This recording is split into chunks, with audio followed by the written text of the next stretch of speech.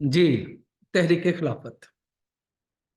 तो तारीख खिलाफत का हम देखते हैं कि तारीख खिलाफत क्यों बनी, क्यों ये वजूद में आई, इसके मकासद क्या थे, इसकी सरगर्मियाँ क्या थी और इसका अंजाम क्या हुआ। तो अभी हम लोग आगाज करते हैं। असल में बुनियादी तौर पर तहरीक खिलाफत का जो आगाज हुआ 1914 में, जो जंग अजीम अव्वल जो है इसका आगाज हुआ। तो ये बड़ी वजह थी। इसमें हुआ सिलसिला ये कि ये जो दो पार्टी हैं या दो तरह के ममालिक में जो है ये जंग लड़ी गई। जो है दूसरी जंग अजीम, एक तरफ तो जो इत्तेहादी थे अलाइड फोर्सेस, बरतानिया, फ्रांस, अमेरिका और रूस, और उसके इत्तेहादी थे दूसरी तरफ जर्मनी, ऑस्ट्रिया और तुर्की। ये मिलके ना एक दूसरे के खिलाफ जंग लड़ रहे थे। अब तुर्की को मुस्लिम दुनिया का जो है वो समझा जाता था कि ये तुर्की मुस्लिम दुनिया का वो मरकज है, खिलाफत यहाँ पे है। लिहाजा इस जंग पे तकरीबन तमाम ही मुस्लिम दुनिया की नज़र लगी हुई थी। तुर्की जो कि उस वक्त यूरोप, एशिया और अफ्रीका के बड़े बड़े इलाकों पे मुश्तमिल था। तो इसी तुर्की के अंदर जो है इसमें जो है हिजाज मुकद्दस, मक्का और मदीना, ये दोनों इसमें आते थे। अब मुसलमानों के लिए ये था कि अगर खुदा ना खास्ता ये तुर्की हार गया तो जो हिजाज मुकद्दस पर जो है इनका, तुर्कों का कंट्रोल नहीं रहेगा और ये जो है अंग्रेजों के हाथ चले जाएंगे। तो इस पर जो है इस तहरीक का आगाज हुआ। डेफिनेटली जो है तुर्की ये जंग हार गया।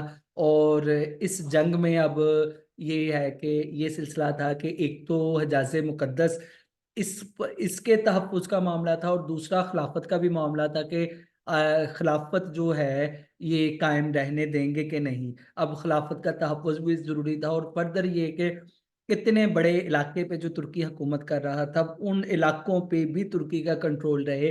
तो ये तमाम मकासद के मुकद्दस मुकामात का तहफ़्फ़ुज़ हो, खिलाफत का इदारा बरकरार रहे। और फर्दर ये है कि जो जिन जिन इलाकों पे मुसलमानों की हुकूमत है वो इलाके भी मुसलमानों के पास रहें। तो ये है ना जो है ये था इसका जो बुनियादी तौर पर। तो तहरीक खिलाफत जो है ये कायम हुई 1919 में।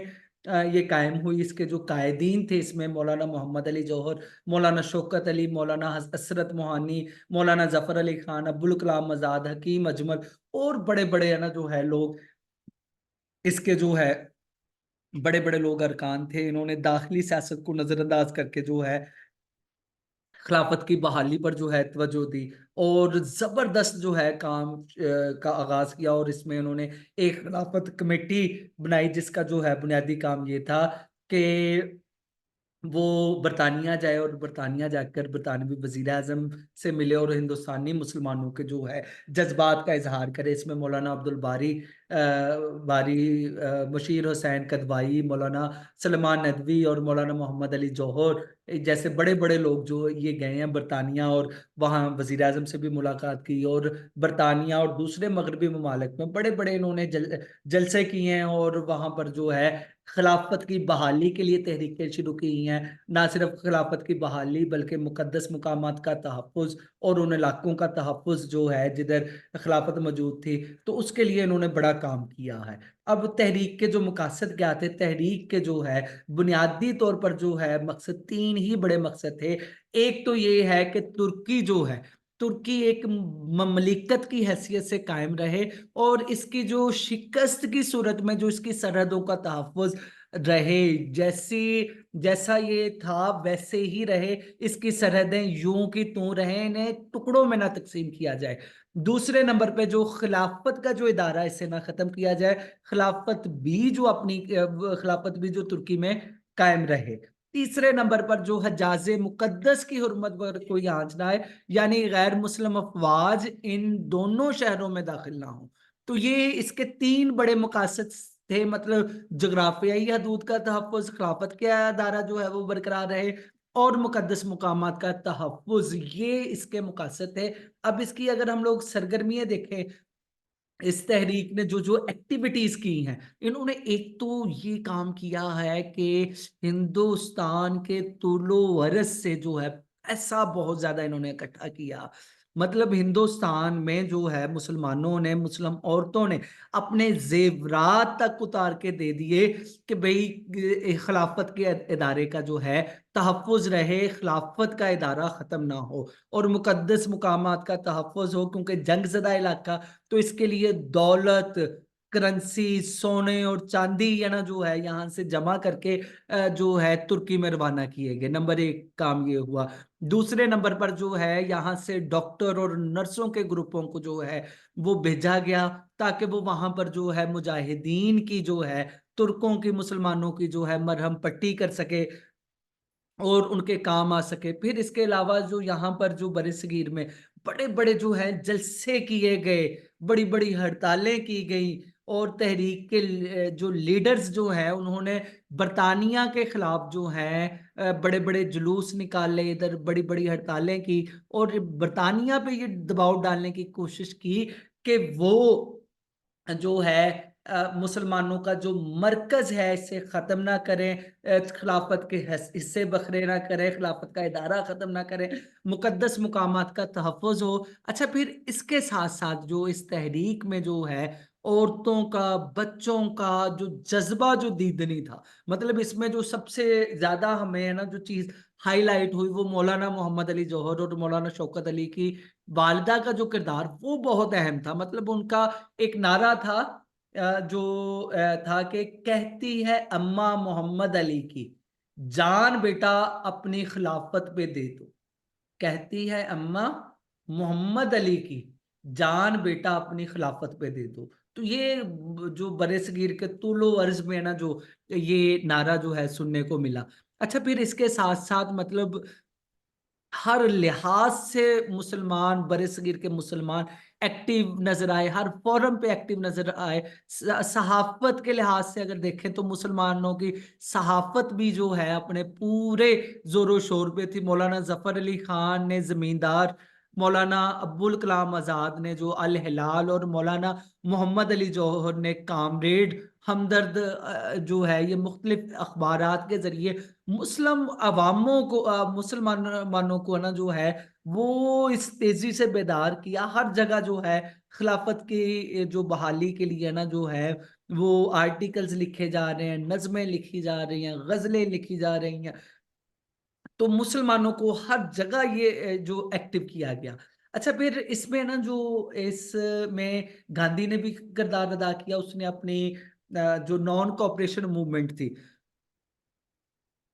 उसको भी खिलाफत, तहरीक खिलाफत में उसे शामिल कर लिया और मतलब आहिस्ता आहिस्ता मुसलमानों के करीब आया। और इवन ये है कि वो तहरीक खिलाफत का भी रूह रवां बन गया। मतलब उसने भी, गांधी ने अपने नॉन कॉपरेशन मूवमेंट के साथ तहरीक खिलाफत को भी मर्ज करवा दिया और उसमें उसने जो खुद भी ये किया और मुसलमानों को भी ये मशवरा दिया कि नंबर एक तो हुकूमत की तरफ से दिए गए तमाम अलकाबात वापस कर दिए जाए, सरकारी मुलाजमतों से इस्तीफे दे दिए जाए, तालीम छोड़कर सड़कों पर आ जाए, गिरफ्तारियां दें, महसूल देने से, टैक्स देने से इनकार कर दें, हुकूमत की जानब से मिलने वाली अमदाद लेने से इनकार कर दें। तो ये इस तरह के ना जो है गांधी की नॉन कॉपरेशन मूवमेंट जो इसमें जब शामिल हुई, तो ये आप कह लें कि एक तरह की है ना जो ये तहरीक, ये पुरतशद्दद किस्म की तहरीक बन गई कि आपने बरतानिया के साथ हर तरह का नॉन कॉपरेशन करना। तो नॉन कॉपरेशन मूवमेंट, और फर्दर ये मुसलमानों ने एक और काम किया। गांधी की समझ लें ये साजिश थी कि मुस्लिम मुस्लिम उलमा ने कुछ इस मामलात में आके के हिंदुस्तान को दारुल हर्ब करार देकर अफगानिस्तान की तरफ हिजरत करने के लिए कहा। तो मुसलमानों की बड़ी तादाद जो है वो अफगानिस्तान में जो है हिजरत कर गई। लेकिन ये बुनिया मसला ये, अफगानिस्तान और ईरान हिजरत कर गई, लेकिन ये एक जाहिर बात है अफगानियों ने मुसलमानों को जो है आने नहीं दिया अफगानिस्तान में। यूं मुसलमान जो हैं वो कुछ तो रास्ते में सफर की सोहबतें झेलते हुए मारे गए और कुछ जो वापस आए हैं तो जाहिर बात है वो अपना घर बार तकरीबन हर चीज बेच चुके थे, तो उनके लिए ये भी प्रॉब्लम हुआ।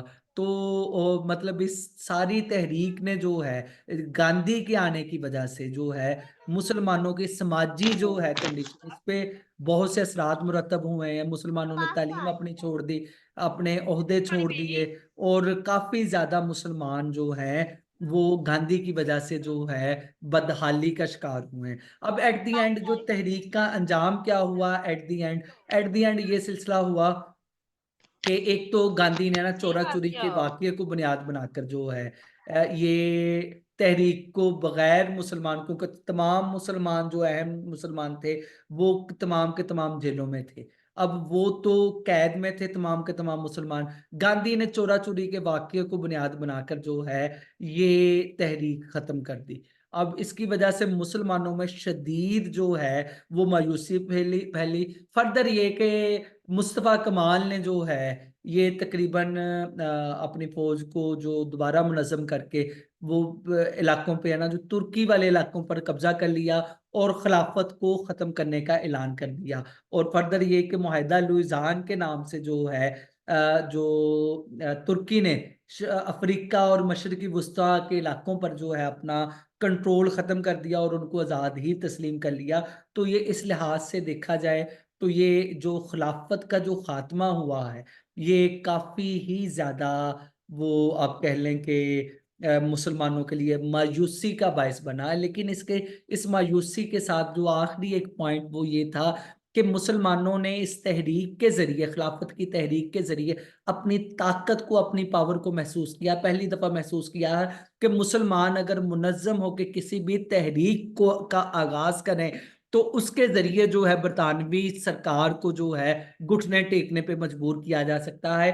यही वजह है कि ये तहरीके खिलाफत का जो ये स्पिरिट जो है जो 1940 के बाद जब मुसलमानों ने इस ही स्पिरिट का मुज़ाहिरा किया, तो उस स्पिरिट की वजह से एट द एंड मुसलमानों ने एक अलग वतन जो है पाकिस्तान की शक्ल में हासिल कर लिया। तो ये था हमारा आज का टॉपिक। आप लोगों का कोई भी क्वेश्चन है तो आप लोग पूछ सकते हैं।